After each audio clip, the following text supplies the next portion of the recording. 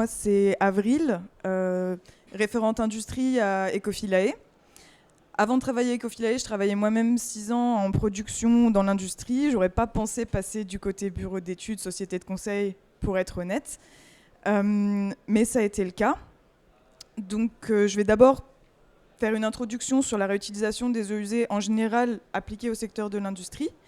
Ensuite, je passerai le micro donc, à Franck, avec qui on travaille sur un projet actuellement, enfin, avec qui on parle d'un projet de réutilisation des eaux usées et qui est en plein dans la thématique. Je détaillerai quelques autres cas d'études qu'on a eus, puis je passerai à la méthodologie, la démarche, quelles sont les grandes étapes. Et enfin, il y aura une partie questions-réponses. Donc,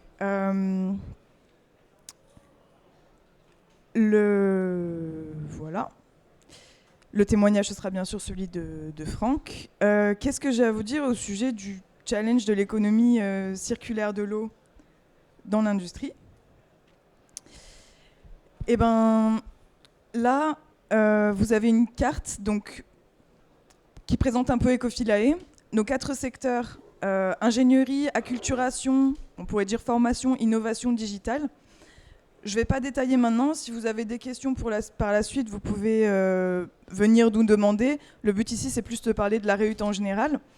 Et les 5 secteurs dans lesquels on fait de la réutilisation donc à l'échelle du territoire, mais avec quelques projets à l'international. Les territoires, ça va être collectivités,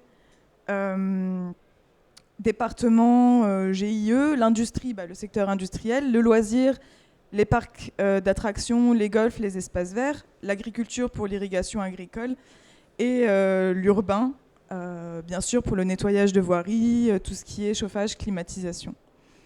Donc, Ecofilae, c'est quand même 150 projets en France et à l'étranger, 10 dossiers réglementaires validés, sachant que tous les dossiers de demande d'autorisation pour la réutilisation d'eau usée passent par nous, quasiment.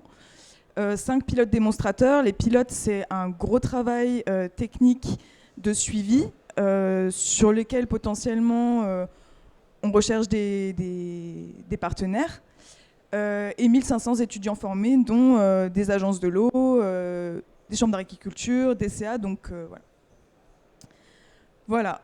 La réutilisation des eaux. Donc je pars de la base. On a les villes qui ont des stations d'épuration urbaines et les industries qui ont des stations d'épuration industrielles.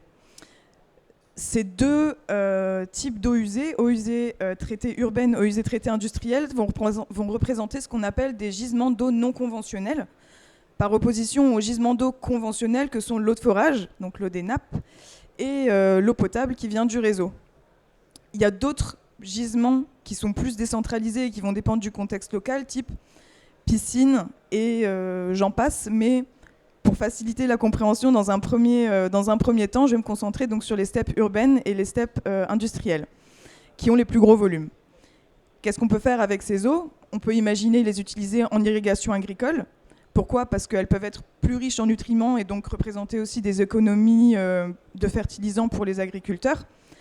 Ou alors pour les agriculteurs qui sont dans des régions déjà en stress hydrique. Ces eaux, elles peuvent aussi être utilisées, comme je le dirais, dans l'urbain vers les nettoyages de voiries ou bien les systèmes de chauffage-climatisation dans les nouveaux bâtis, ou alors pour le soutien à la biodiversité, ou alors vers l'industrie, qui n'est pas sur le schéma mais qui existe aussi. Et ce qui est important de voir sur ce schéma, c'est que c'est des échelles territoriales. La différence entre la réutilisation et le recyclage sur site, qui est souvent fait au moins partiellement par les industriels, c'est que là, on va chercher soit à changer de source, donc à trouver des nouveaux gisements d'eau pour substituer notre usage d'eau conventionnelle. Ou alors, on va peut-être aussi essayer, si on a des problèmes sur le rejet qui n'est pas conforme, ou alors qu'on ne peut plus rejeter parce que le débit du ruisseau ou du cours d'eau dans lequel on rejette habituellement est trop bas, ce qui limite notre production, on peut aussi décider de passer en économie circulaire. Bon. Quelques chiffres clés vraiment juste pour l'introduction. Les prélèvements, c'est-à-dire l'eau qui va être prélevée du milieu naturel pour être utilisée soit donc pour les différents usages. Ici on a agricole, eau potable, industriel, refroidissement des centrales électriques, spécificité française quand même, alimentation des canaux. La différence avec la consommation, c'est-à-dire qu'une partie seulement de ce qui est prélevé va être consommée, le reste va retourner au milieu naturel, avec une qualité différente certes, mais va y retourner.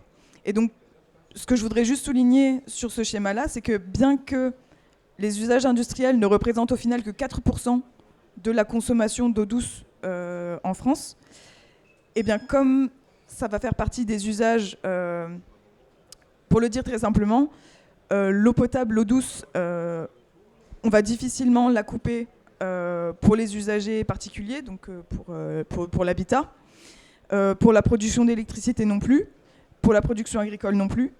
Et du coup, c'est les industriels à qui on va plus facilement couper le robinet. Et c'est ça qu'on voit depuis quelques années, comme le disait Olivier, où les industriels sont convoqués de plus en plus tôt dans l'année par l'ADREAL, par la police de l'eau, et les restrictions d'usage arrivent également plus vite. Donc, un petit rappel, la réutilisation en interne, qu'est-ce que ça peut être ? Bon, bah, si aujourd'hui, ce que vous voyez, c'est un peu la situation actuelle, on a des gisements d'eau conventionnels en bleu foncé, les eaux de forage, les eaux superficielles, l'eau potable, qu'on va utiliser typiquement en eau de process, quel que soit le process, en eau de lavage, en refroidissement ou en production de vapeur ou alors eau chaude, et en défense incendie. On a des eaux pluviales qui peuvent aussi être un gisement d'eau non conventionnelle qui en général n'est pas exploité. Tout ça va être parfois déjà recyclé à l'aide de pré-traitements éventuels, parfois déjà avec de la récupération de chaleur ou de la production d'énergie, ou alors ça va aller vers la steppe directement. Et là on a 3 possibilités, soit l'épandage, il faut une autorisation, un plan d'épandage, soit vers l'assainissement communal via un arrêté d'autorisation ou une convention de déversement avec la steppe urbaine la plus proche, ou bien il va y avoir un rejet au milieu naturel, et là il va falloir respecter un certain nombre de paramètres physico-chimiques pour pouvoir rejeter au milieu naturel. La réutilisation interne, c'est-à-dire à l'échelle du site, ce que ça peut vouloir dire, eh bien, c'est pour les industries productrices d'eau, où via le process on va extraire de l'eau, donc comme l'industrie de Franck, tu en parleras mieux après, ou bien l'industrie laitière par exemple. On va pouvoir récupérer cette eau et la réinjecter, soit pour une partie du process. Une autre possibilité, ce sera le traitement tertiaire. Donc ce sera que là, cette fois-ci, on prend les eaux qui ont déjà été utilisées, on leur applique un traitement au besoin. Ça dépend de l'usage qu'on a identifié pour lequel on veut réutiliser l'eau. On peut effectivement récupérer l'énergie aussi. Et la troisième possibilité, c'est que là, on prend carrément l'eau usée qui sort de la station d'épuration et on lui applique un traitement, en général suivi d'un traitement tertiaire, et on la réinjecte dans le process. Donc ça, c'est vraiment quand on reste à l'échelle du site, et c'est là qu'un pilote peut être intéressant, où on va rester sur du technique. Bon, la spécificité d'Ecofilae, même si on va regarder ces aspects-là, c'est plus l'élargissement à la réhute territoriale. C'est-à-dire que toute la partie interne va souvent être déjà regardée. Les industriels ont leur expertise sur le sujet, il y a des vendeurs de technologie qui existent, et nous ne sommes pas des vendeurs de technologie, donc notre valeur ajoutée, c'est plus la réhute territoriale, où on va regarder donc tous les gisements, on va regarder là où il y a pollution, donc est-ce qu'il y a possibilité de séparer à la source des flux chargés de flux peu chargés, les flux chargés étant potentiellement chargés en matière valorisable sur le territoire. On va décider, est-ce qu'il y a par exemple un traitement à appliquer, une désinfection, un traitement par les plantes, un stockage, ça c'est souvent important. Et là on va balayer. Alors à l'échelle du territoire, est-ce qu'il y a un usage en irrigation agricole, en jardin partagé, en valorisation de nutriments possibles ?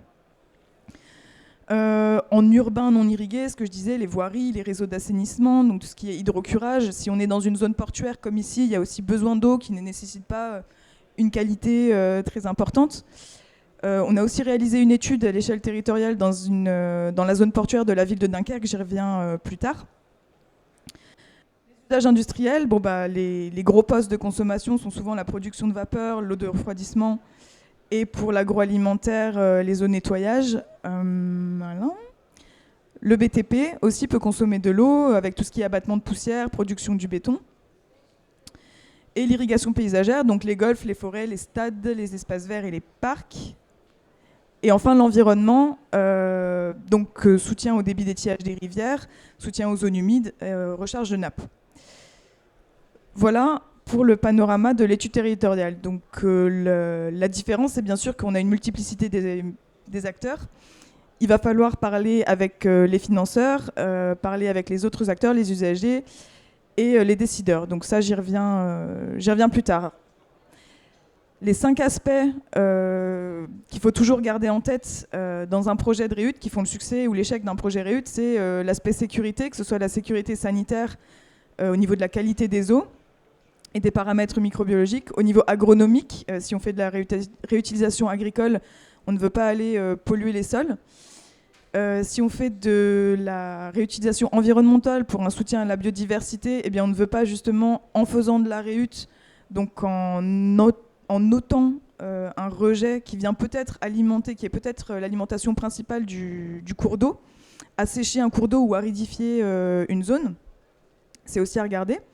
La rentabilité, qu'elle soit économique, donc sur 10, 20, 30 ans, par rapport à si on ne faisait pas de réut, donc en gros la comparaison entre je pérennise ma ressource en eau ou je reste dans l'incertitude face aux fluctuations du coût de l'eau et de la disponibilité de la ressource et des décisions qui seront prises en termes de gouvernance de l'eau dans le futur. Et la rentabilité financière qui est, elle, est-ce que donc, la partie ingénierie financière, en fait, avec les subventions de l'agence de l'eau, etc., ça j'y reviens plus tard, ou comme c'est beaucoup de cas par cas, on peut répondre aux questions par la suite. La faisabilité, qu'elle soit technique ou réglementaire, et là j'ajouterais que techniquement on peut tout faire. Il y a évidemment une question de prix, mais techniquement on peut tout faire, mais au niveau réglementaire, c'est là qu'il faut se poser des questions, et c'est là aussi qu'on a une valeur ajoutée en accompagnant, en aidant sur le montage de dossiers de financement et de demande d'autorisation. L'acceptabilité, c'est bien joli de monter un super projet, mais il faut que tout le monde soit d'accord. Et ça passe par en parler avec tous les acteurs dès le début pour non seulement démultiplier le potentiel, trouver d'autres... plus il y a de personnes impliquées dans le projet, généralement, plus ça marche. Plus on fait son truc tout seul dans son coin, on pense en silo, et plus à la fin, ça n'aboutit pas. La gouvernance juridique, organisationnelle, ça va être trouver des schémas qui conviennent à tout le monde. Qui est-ce qui paye le réseau d'irrigation? Qui est-ce qui paye ça? Où s'arrête la responsabilité de chacun? Ok, en gros, notre proposition de valeur, c'est repenser notre relation à l'eau. C'est-à-dire, nous, notre principe aujourd'hui, et j'y reviendrai à la fin, c'est que l'eau n'est pas payée à son vrai prix.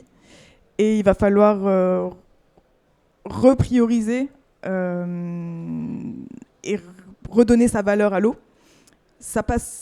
On espère faire prendre conscience qu'il faut changer les pratiques et engager le changement. Donc pour nous, notre but, c'est de trouver des industriels, mais aussi les autres acteurs. Donc on travaille avec des gens dans le bâtiment, mais aussi les collectivités et puis les agriculteurs. Une fois qu'on a trouvé des acteurs motivés, donc merci Franck, et montrer l'exemple, montrer les cas d'études et voir que ça marche. Donc nos références dans l'industrie, ils sont ici, dans les territoires aussi. Donc Dunkerque, c'est mon projet, donc je vais en parler plus après. Sinon, il y a mes collègues qui travaillent sur les autres projets. Et en industrie, je détaillerai aussi plus spécifiquement le projet Bioland sur lequel on travaille actuellement. S'inspirer de l'existant. Là, je montre juste le projet dont vous avez peut-être entendu parler de la coopérative en Bretagne à Lamballe, donc qui réutilise 355 000 m3 par an d'eau grâce à un traitement. Et c'est le max qu'ils peuvent faire aujourd'hui du fait des freins réglementaires. Si vous avez des questions, si vous voulez en savoir plus, venez nous voir après ou demain. Je n'ai pas le temps d'aller en détail sur ces cas, mais je voulais juste vous les montrer pour que vous sachiez qu'ils existent et que vous puissiez faire vos recherches de votre côté. Un autre cas d'étude que j'aime bien dans une zone rurale et isolée, c'est une réutilisation d'eau pluviale qui est effectivement quelque chose qu'on voit moins, mais qui serait en fait possible. Et enfin, le projet dont je parlais de la CUD, où je vais passer à peine quelques minutes, même pas quelques secondes, pour ensuite laisser la parole à Franck. Donc la CUD, la communauté urbaine de Dunkerque, je vais en parler aujourd'hui parce que c'est aussi un secteur portuaire, très riche industriellement, historique, mais aussi qui va accueillir de nouvelles activités de production d'hydrogène, de production d'e-carburant et d'acier vert. Et eux, ils veulent se positionner en leader de l'écologie industrielle et territoriale. Et ça illustre aussi bien les échanges qu'il y a entre industrie et territoire pour mettre en place ces stratégies de réutilisation d'eau usée. C'est-à-dire que là, c'est la CUD qui a mis en place cette démarche.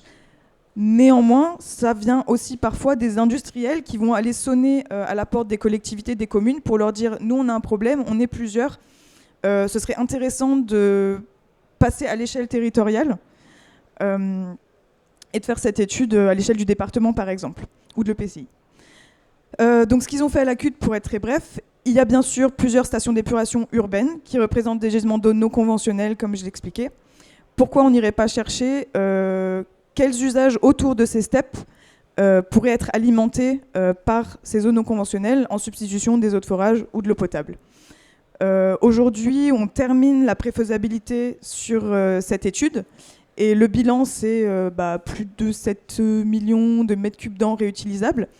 Irrigation de 150 hectares et la majorité, vu le tissu industriel, la majorité des bénéficiaires de ces eaux non conventionnelles, c'est l'industrie, avec la production d'hydrogène, utilisation en eau de refroidissement et en récupération d'énergie thermique également. Dernière chose, l'utilisation de ces eaux non conventionnelles permet également de ne pas utiliser d'autres eaux non conventionnelles qui ont un bilan carbone et une empreinte eau plus lourde, comme par exemple le dessalement d'eau de mer, qui est envisagé en solution alternative, puisqu'on est dans une zone littorale. Donc c'est ce qu'on propose aussi pour comparer les scénarios de réutilisation d'eau non conventionnelle, comparer aussi les bilans carbone, l'empreinte eau, voire la CV. Donc le but n'est pas de déplacer l'impact. Voilà, un autre exemple, Agroland, pour l'échange sur le territoire. Ça, c'est pour ceux qui ont la chance de faire partie d'un GIE ou d'être proche d'un pôle de compétitivité. Donc Agroland, c'est le GIE qui regroupe 6 filières et 12 sous-filières, qui nous a mandaté pour réaliser une étude donc, chez tous leurs membres, pour voir justement les symbioses possibles et voir sur les sites prioritaires pour une étude, donc soit du fait d'un stress hydrique plus marqué dans certaines zones ou du fait de zones, par exemple la sensibilité nitrate ou le rejet au milieu naturel est plus compliqué, ou tout simplement les plus gros postes de consommation. Donc une fois identifiés les sites prioritaires pour chaque filière, on a fait une étude, puis cette étude, elle est duplicable. Où est-ce qu'on peut la répliquer? C'est ça l'idée, c'est les bonnes idées, on ne va pas réinventer les roues, on les reprend. Donc à Groland, on travaille avec eux. Le bilan rapidement, un territoire, 12 sous-filières, des formations, notamment la formation de l'agence de l'eau à Dour-Garonne, qui avant n'était pas spécialiste en réut et qui maintenant finance les études de réutilisation des eaux. 16 sites étudiés, audités, des partenariats avec l'INRA, la Chambre d'agriculture, donc des partenariats publics-privés. J'en passe, des projets éco d'appel d'offres, des études et 3 projets en route vers la mise en œuvre, dont celui dont je vais vous parler brièvement, Bioland, qui est un site donc, de production, d'extraction de matières premières végétales pour la production d'huiles essentielles, produits parapharmaceutiques, dont certains pour des usages alimentaires, donc soumis à des réglementations bien précises, ANSM, etc. Un flux chargé, je ne dirais pas en quoi, j'ai quand même l'autorisation de Bioland pour parler d'eux, mais pas pour expliquer leur process. Des rejets sanitaires d'autres bâtiments, des eaux saumâtres qui viennent majoritairement des traitements des eaux, type osmose inverse, etc. Et des eaux pluviales, une partie d'eau qui va à la steppe, et enfin, en sortie de steppe, un gros volume d'eau qui est rejeté au milieu naturel. Comment optimiser tout ça? Première étape, réaliser un bilan en eau. Et la plupart des sites ont une sorte de bilan en eau, mais qui prend en compte surtout les consommations et moins les rejets. Et en fait, ça, c'est la base pour j'ai en face ce qui rentre, j'ai en face ce qui sort. une fois que j'ai associé volume et les qualités, eh bien, je peux facilement arranger mon puzzle quand je le veux. Et une fois que j'ai fini de l'arranger en interne, donc dans le périmètre qui est là, eh bien, je peux regarder en externe. Dixit, la spécialité d'Ecofillet, d'élargir au territoire. Et là, c'est ce qu'on a fait. Et donc, vous voyez qu'aujourd'hui, donc pour cette étude, on boucle là l'évaluation de potentiel, qui est le moment où on a identifié plusieurs scénarios et on va en discussion avec l'agence de l'eau qui finance, en discussion avec le site lui-même, en discussion avec les autres acteurs du territoire, discuter toutes ces solutions et voir laquelle a le meilleur potentiel pour aller vers une préfaisabilité. Donc, sans entrer dans le détail, aujourd'hui, parmi les scénarios, on va dire, les plus pressentis pour aller en préfaisabilité, il y a la réutilisation en interne vers les utilités, notamment production de vapeur, en externe vers le site voisin, qui aurait besoin d'une eau de moindre qualité, et une partie du flux chargé qui pourrait être utilisée pour une culture proche, notamment le maïs. Donc les autres scénarios, la culture biomasse, la culture pour les matières premières, pour la transformation, n'ont pas été retenus ici, mais c'est un contexte local et chaque projet est différent. L'idée, c'est vraiment ça, c'est de parler aux acteurs et de voir qu'est-ce qui, pour chaque projet, va être la meilleure solution pour tous, va être la plus acceptable pour tous et donc la plus durable. Bon, je vais passer sur ça. C'est en gros le détail des résultats de l'évaluation de potentiel où on a fait une synthèse sur chaque scénario envisagé, en interne, en externe. Voilà. Je te passe le micro et n'hésite pas à me dire quand tu veux changer de slide. Voilà. Merci, bonjour à tous. Donc quelques précisions sur notre activité. Tu peux passer. Malgré tout, une activité méconnue. Distillerie et Costières qui est basée donc à Vauvert et qui fait partie du groupe UDM, donc Union des distilleries de la Méditerranée, qui est une coopérative, un groupe coopératif avant tout, donc qui regroupe, comme vous le voyez, plus de 5000 caves particulières et 250 caves coopératives. Son périmètre s'étend des Pyrénées-Orientales et on remonte jusqu'à la Champagne, Beaujolais, Champagne, Bourgogne. Voilà, pour vous situer un peu le groupe. Donc notre travail, c'est quoi ? C'est de récupérer les résidus chez nos adhérents. Donc les résidus qui proviennent de la vinification, des caves coopératives, qui correspondent au marc de raisin. Donc le marc de raisin, pour préciser, pour ceux qui ne connaissent pas, ça correspond après la vinification. Donc vinification, on fait le vin. Il en ressort le marc de raisin où il y a la grappe, la pellicule, le pépin. Voilà. Donc on récupère ces résidus, on s'occupe de la collecte de tout ça, de ces résidus chez nos adhérents. Et également les lits de vin. Donc les lits de vin, c'est les décantations après la vinification, tout ce qui décante du vin après la vinification. Comme c'est indiqué, on représente 20% de la production viticole française. Alors comme vous le voyez, c'est quand même assez complexe, puisque nous avons des usines qui sont à multi-activités, en fait, avec plusieurs petites usines à l'intérieur. Tout ça pour vous expliquer notre démarche sur l'eau par la suite. Donc comme vous pouvez le voir, enfin je l'espère que vous le voyez, parce que c'est assez petit, nous avons pas mal de technologies agro, nous utilisons pas mal de technologies agro, de manière à extraire les différents constituants qui nous intéressent. Donc vous les voyez, on fait de l'acide tartrique, on fait des anthocyanes, des polyphénols, des pépins, pulpe, compost, amendement, engrais organique. Je passe, bien sûr, l'alcool, qui peut être alcool de bouche ou alcool biocarburant. Tout ça pour vous dire qu'on est bien intégré dans un système d'économie circulaire, parce que pour la majorité des produits fabriqués, ça retourne chez nos adhérents. Je pense notamment au polyphénol, aux engrais, à l'alcool bio, effectivement, et à l'acide tartrique. Tu peux passer.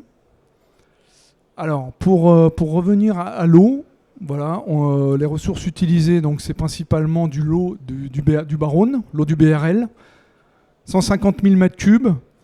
Aujourd'hui, on pratique sur le site de Vauvert, mais c'est assez varié suivant les sites. Sur le site de Vauvert, en tout cas, on est sur de l'épandage en ce qui concerne les rejets. Donc on a un peu moins en rejet qu'en ressources, puisqu'on est quand même pas mal sur du recyclage. On a des technologies qui nous permettent, via la distillation, l'évapoconcentration, de récupérer des condensats notamment et de le réutiliser. Donc on est déjà inscrit dans ce système, si vous voulez. Donc il a été mentionné le mot sobriété à la conférence d'avant. Généralement en industrie, on sait faire, on a une prise de conscience sur ça, c'est-à-dire qu'on essaye au maximum de recycler ce que l'on peut recycler. Les objectifs, ils vont aller un peu plus loin, et c'est là où on a peut-être besoin d'un accompagnement, parce que malgré tout, on se rend compte aujourd'hui qu'on a des contraintes réglementaires qui sont très restrictives, avec les arrêtés préfectoraux qui tombent là en ce moment d'ailleurs, sur les industriels, notamment sur notre activité. Donc on est obligé de se poser la question sur cette démarche d'économie circulaire que l'on applique déjà sur nos produits, de l'appliquer tout simplement sur la gestion de l'eau. Alors pour cela, tu peux passer à la... Voilà, alors on a un dialecte qu'on n'a pas l'habitude d'employer, en tout cas chez nous, effectivement avec la notion de gisement. Donc le gisement, c'est de tout d'abord bien identifier l'eau qu'on va pouvoir réutiliser. Et c'est facile à dire, mais c'est pas si simple. Parce qu'en industrie, et notamment du fait de la multi-activité que nous avons, on se rend compte quand on fait l'identification qu'on a une multitude de gisements sur lesquels on a déjà travaillé, bien entendu, comme je l'ai dit, par exemple sur les condensats, les phlegmas. Les phlegmas, c'est ce qui sort des colonnes, qui sont des eaux très épurées déjà, qu'on peut réutiliser. Alors ça, on sait faire, on les réutilise dans d'autres ateliers pour faire de l'extraction de colorants, pour faire de l'extraction solide liquide. Malgré tout, on se rend compte qu'on est à 70% aujourd'hui de récup, et ce n'est pas suffisant. Il y a 30% qui partent dans le pot commun de l'épandage. Alors, à savoir que, chez nous, en tout cas, on est en système unitaire. Donc, toutes les eaux de ruissellement, tout ce qui va sur les toitures actuellement, ça repart à l'épandage. Aujourd'hui, on en est justement à identifier et à isoler, à vouloir isoler tous ces gisements. Donc, notamment sur les purges. Donc, les purges, c'est un sujet parce que réglementairement, il y a des contraintes. On ne peut pas balancer les purges comme ça dans le milieu naturel.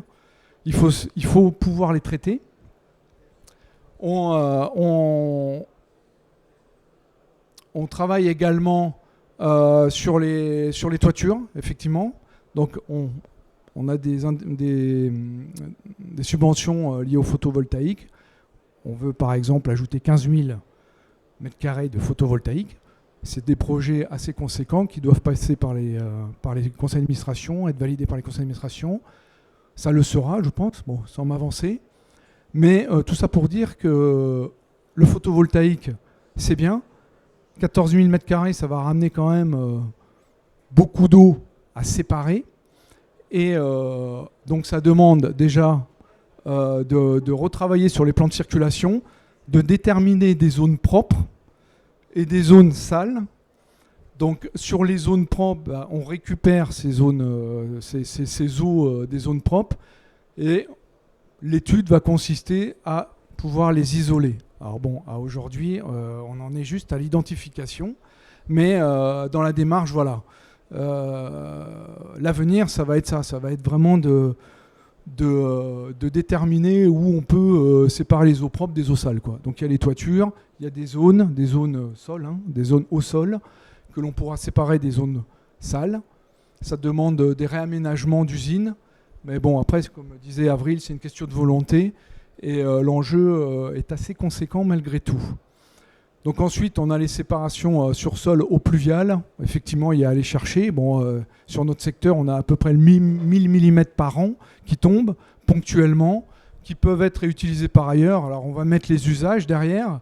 Les usages, on ne les connaît pas encore, on en connaît quelques-uns, mais ils sont forcément à déterminer.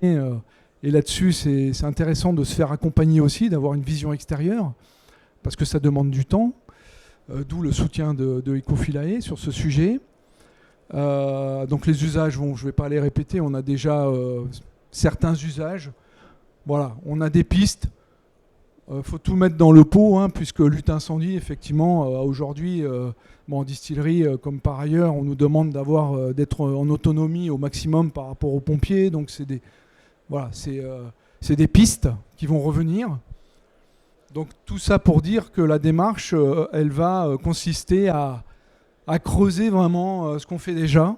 Donc sur la sobriété, c'est-à-dire les recyclages en interne sur site, mais aussi les réaménagements à faire pour séparer les eaux, des eaux propres des eaux sales. Voilà. Et juste, c'est vrai que par rapport à ce qui a été dit à la conférence d'avant, donc par l'intervenant de l'ADEME au sujet des recommandations qu'il fait pour les étapes à suivre pour un projet, lui c'était pour la décarbonation et la réduction des émissions de gaz à effet de serre, mais le parallèle est aussi vrai avec la réutilisation des eaux usées, c'est-à-dire la première étape, il a parlé de structuration, formation des ressources. Et après, de faire un audit et de passer à la priorisation des solutions. Et c'est vrai que là, du coup, Franck et UDM, ils sont à l'étape de structuration, où ils ont identifié certains points, ils se structurent pour mettre en place cette séparation des eaux.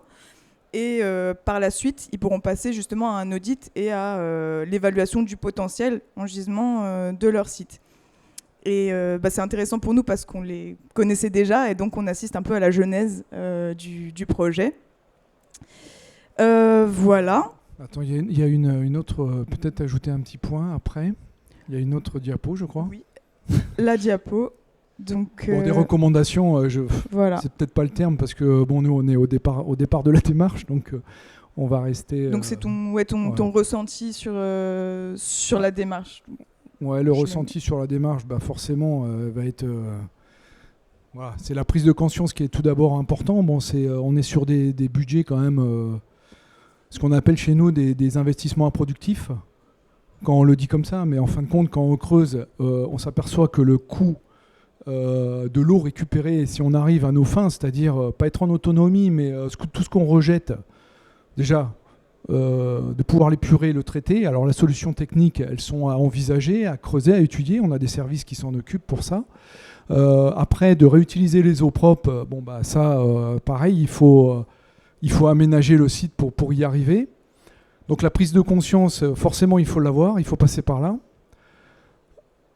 Ensuite, je dirais qu'il y a il y a le facteur effectivement de cette année, cette pression, c'est cette réglementation qui tombe sur l'industrie, hein, et qui est légitime du fait des manques de l'eau. Nous, par exemple, on a reçu l'arrêté préfectoral, il est en cours, en avant-projet à aujourd'hui, pour cet été. Donc il y a quand même un état d'urgence quelque part, où on va devoir faire des choses rapidement et le justifier. Donc il ne faut peut-être pas s'y prendre à la dernière minute, parce que peut-être que dans 5 ans, si ce n'est pas avant, on nous dira l'eau, écoutez, vous la payez 10 fois plus cher parce que vous êtes au-dessus de vos quotas qu'on a inscrits. Alors ça se négocie. Nous, on a la chance d'avoir une inspectrice qui est très compétente à la matière et à l'écoute dans le Gard. Malgré tout, ça peut dépendre des départements, des régions, je pense, et ça va sans doute se durcir dans les années à venir, puisque sur les activités comme la nôtre qui peuvent être saisonnières ou bien on a cette année on va avoir des distillations de crise qui vont s'ajouter à la réglementation, à notre activité, pardon. Faut anticiper tout ça.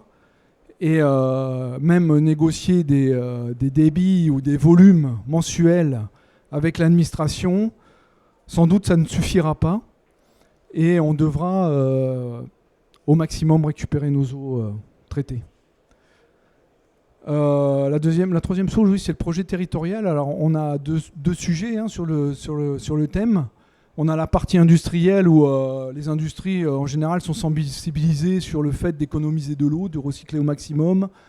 Bon, nous on dit simplement en recommandation qu'on va creuser un peu plus sur ce sujet parce que voilà, on va essayer de séparer un peu mieux, faire davantage. C'est souvent lié à l'énergie aussi, en réduisant les coûts ou l'utilisation de la vapeur notamment. Hein. On a 40 gigawatts de production de vapeur par année, donc c'est des sujets qui sont liés. Et le deuxième thème, ça va être les projets territoriaux. Bah, alors là où on ne connaît pas du tout. Quand on fait le bilan sur l'eau, on s'aperçoit qu'on est plus un producteur d'eau en fin de compte. C'est le discours qu'on va avoir. Nous sommes un producteur d'eau puisqu'on rejette 130 000 m3 et on va dans l'avenir rejeter moins et recycler plus. Donc on va être sûrement en excès d'eau, d'où des projets territoriaux qui peuvent être intéressants pour nos voisins à discuter. Bon là je ne suis pas spécialiste en la matière, c'est pour ça qu'on se fait accompagner aussi, mais c'est des sujets qui vont venir sur la table et encore une fois dont il faut prendre conscience à mon avis. Voilà. Okay. Bon, la dernière analyse coût-opportunité, bon, bah, ça c'est par rapport au scénario. Autant pour la phase projet qu'en phase d'exploitation, c'est important de ne pas monter un projet, pas partir bille en tête sur une idée, mais de vérifier ces hypothèses et surtout de comparer avec d'autres scénarios et avec ce qui se passerait si on ne faisait rien. Je reviens rapidement sur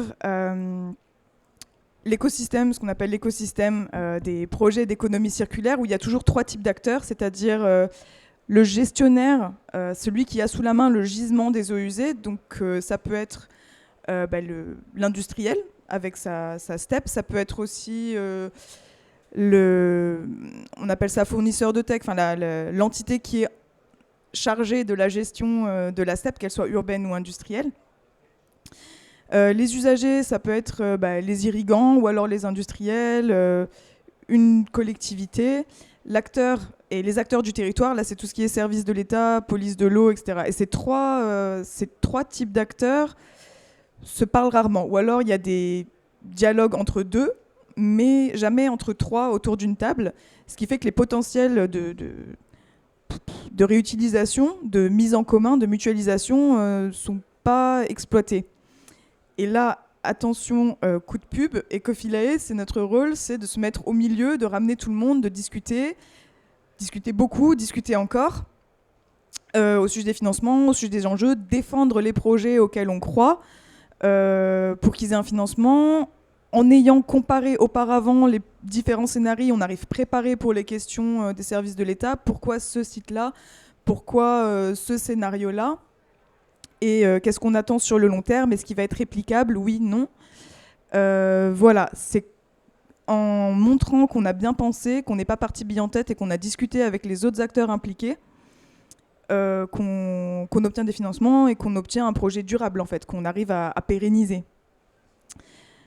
Voilà, la méthode, très rapidement, ça va être un audit qui, lui, est assez court et qui permet de déterminer quelle est la situation, est-ce qu'il y a potentiel ou pas. L'évaluation de potentiel, là, ça va être, OK, on regarde quels sont les scénarios possibles, c'est-à-dire... Vous avez déterminé, grâce à l'audit, qu'il y a des scénarios potentiels de réutilisation des eaux usées sur votre site et vous voulez aller chercher des financements ou alors justifier à la hiérarchie le pourquoi du comment. Et là, on va comparer, approfondir, regarder les coûts, regarder la faisabilité réglementaire, technique, etc. Et ensuite, donc ces 2 étapes-là, audit, évaluation de potentiel, c'est ce qui est souvent plus compliqué à comprendre pour les industriels qui ont l'habitude d'avoir une idée et de partir directement en préfaisabilité. Le problème, quand on part directement en préfaisabilité, c'est qu'on est beaucoup moins solide face aux demandes de financement et aux demandes de dossiers d'autorisation. Donc la préfaisabilité, une fois qu'on a choisi le meilleur scénario, qu'on a comparé, etc., c'est beaucoup plus facile. Et à l'issue de cette phase, on a typiquement l'estimation des coûts, un plan d'action, un préchiffrage, une préconception, qui nous permet d'alimenter notre dossier de demande d'autorisation qui, lui, va être essentiellement réglementaire. Je précise que depuis l'audit, il y aura déjà eu des pré-échanges avec les usagers, avec les services de l'État. Et là, encore, valeur ajoutée d'Ecofilae, ou en tout cas d'avoir un accompagnement, c'est qu'on on a les contacts, on connaît les processus, on sait les contenus des dossiers, donc ne serait-ce que pour l'audit qui vous aide à remplir votre plan de sobriété hydrique. C'est ça, sur un projet, donc on parlait tout à l'heure de temps long où il faut anticiper, et bien de connaître quelqu'un qui vous montre le chemin, ça fait quand même beaucoup gagner de temps. Et ensuite, demande d'autorisation lancée, on peut partir sur l'avant-projet, donc avec toutes les données techniques complètes, le planning budget. Je précise encore que nous, on ne vend pas de choses, d'équipements, de techniques. On va soit vous recommander des chaînes de traitement, des types d'équipements. On a des partenaires qui font la conception technique. Si vous le souhaitez, si vous n'avez pas de partenaire, on peut vous en recommander ou alors sous-traiter-nous. Mais notre cœur, nous, c'est vraiment cet accompagnement sur les gisements, le financement, l'aspect territorial. Et cet aspect d'économie circulaire sur l'échelle territoriale.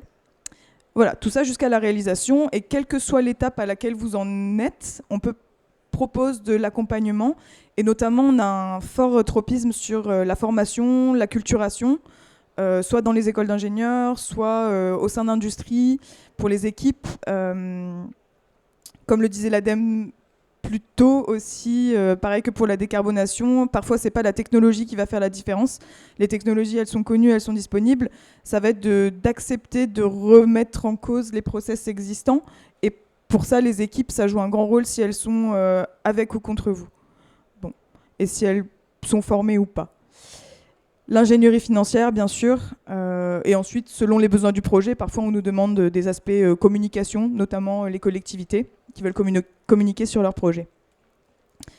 Le cadre réglementaire, il me reste un peu de temps. Merci à ma Respocom qui arrive à simplifier un gros tas de paperasse réglementaire en une flèche. Donc, au niveau complexité réglementaire de la gauche vers la droite, pour de l'eau industrielle, qui sera votre source en général à vous, industrielle, vous avez des usages possibles, donc irrigation agricole, espace vert, ou alors des nouveaux usages urbains ou collectifs, ou bien sûr de la réhute sur votre site ou sur d'autres sites, qui vont être, en termes réglementaires, d'une complexité faible à moyenne. Plus vous allez pour la réutilisation d'eau de pluie, donc soit en interne, soit vers des usages externes comme la construction, l'habitat ou certains usages domestiques.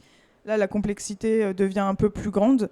Et la réutilisation d'eau pluviale, là, ça devient un peu plus grand.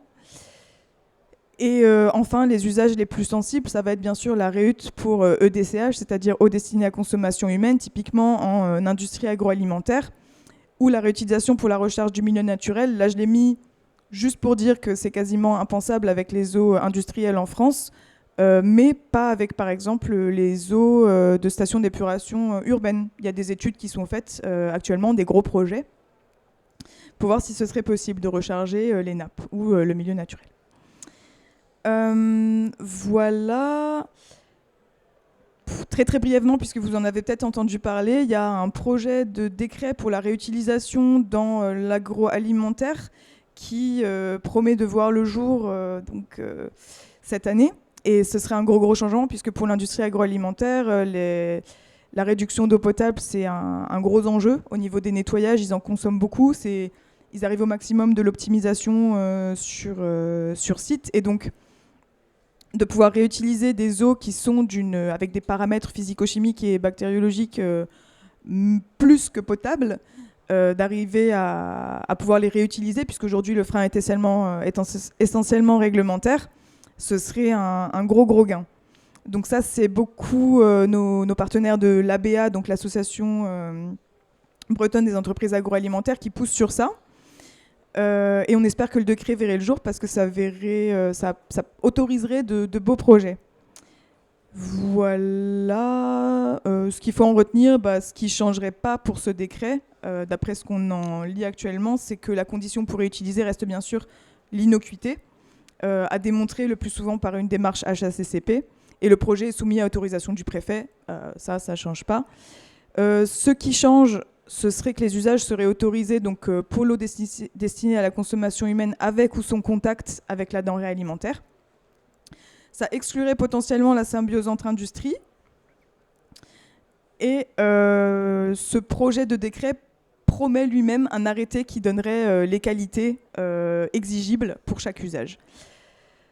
Si vous avez des questions sur tous ces aspects réglementaires ou autres, n'hésitez pas à venir nous voir, on a des cartes, vous pouvez nous contacter après. Et maintenant, je pense qu'on est à peu près dans les temps pour les échanges. On est un peu juste. Voilà. Désolé. On va quand même consacrer 2-3 minutes à quelques questions. Si vous avez des interrogations, des précisions à demander à nos deux intervenants. Ça veut dire que vous étiez très clair. Bravo. Moi, j'ai peut-être une question, c'était par rapport au projet, parce que c'est vrai que vous êtes à Dunkerque, notamment sur les projets Dunkerque, avec cet investissement, un de ces investissements pour la Gigafactory de Prologium qui va arriver d'ici 2030.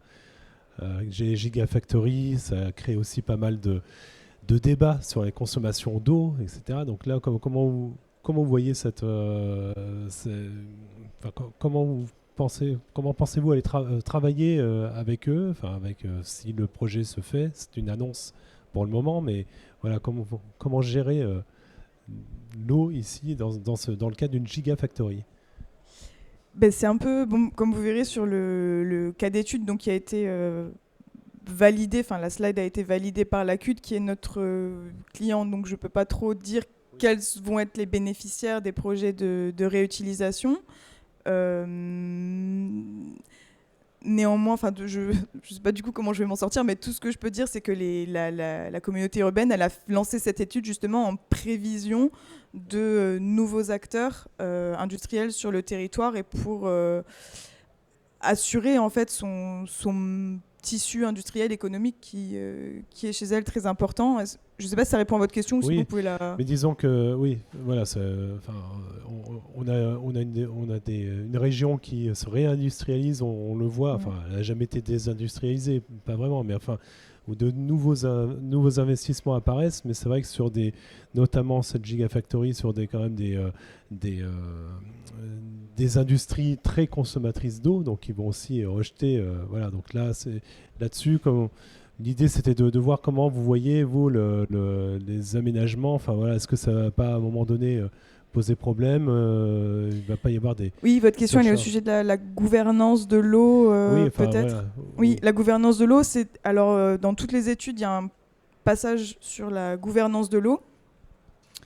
C'est à chaque fois un moment où on s'aperçoit des limites de notre capacité à examiner ce qui est bon, ce qui est mauvais dans un projet, d'où l'important de ramener tout le monde autour de la table et de déterminer en fait quelle est la meilleure valeur ajoutée pour l'eau.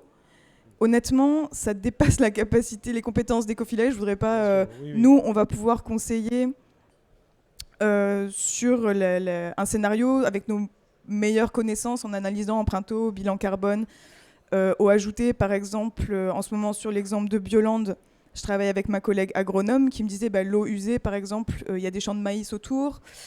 Il y a d'autres champs, quelle serait la culture qui aurait la meilleure valeur ajoutée? Mais alors à ce moment-là, est-ce que c'est pour le territoire? Est-ce que c'est pour la nation? Est-ce que c'est pour les agriculteurs? Et on ne peut pas trop avoir de position en tant qu'Ecofilae. On ne peut que décrire au maximum les situations et vérifier que tout le monde est impliqué dans l'étude pour que les décideurs et les financeurs prennent au final les meilleures décisions. C'est un peu la meilleure réponse que je peux vous faire. Mais on se pose les questions. Je ne veux pas dire que... la dernière chose que je voudrais, c'est dire que la réhute peut remplacer la sobriété. Non, sobriété, c'est bien dans cet ordre des 3 R qui sont réduire, recycler, réutiliser. On réduit d'abord. Voilà, on réduit d'abord, on recycle ensuite, on réutilise après. Et la gouvernance de l'eau, c'est très important. Ouais. Très bien. On en est tous convaincus, en tout cas. Merci infiniment à tous les deux pour votre témoignage. Merci à Franck d'être venu nous accompagner sur ça. Merci à tous.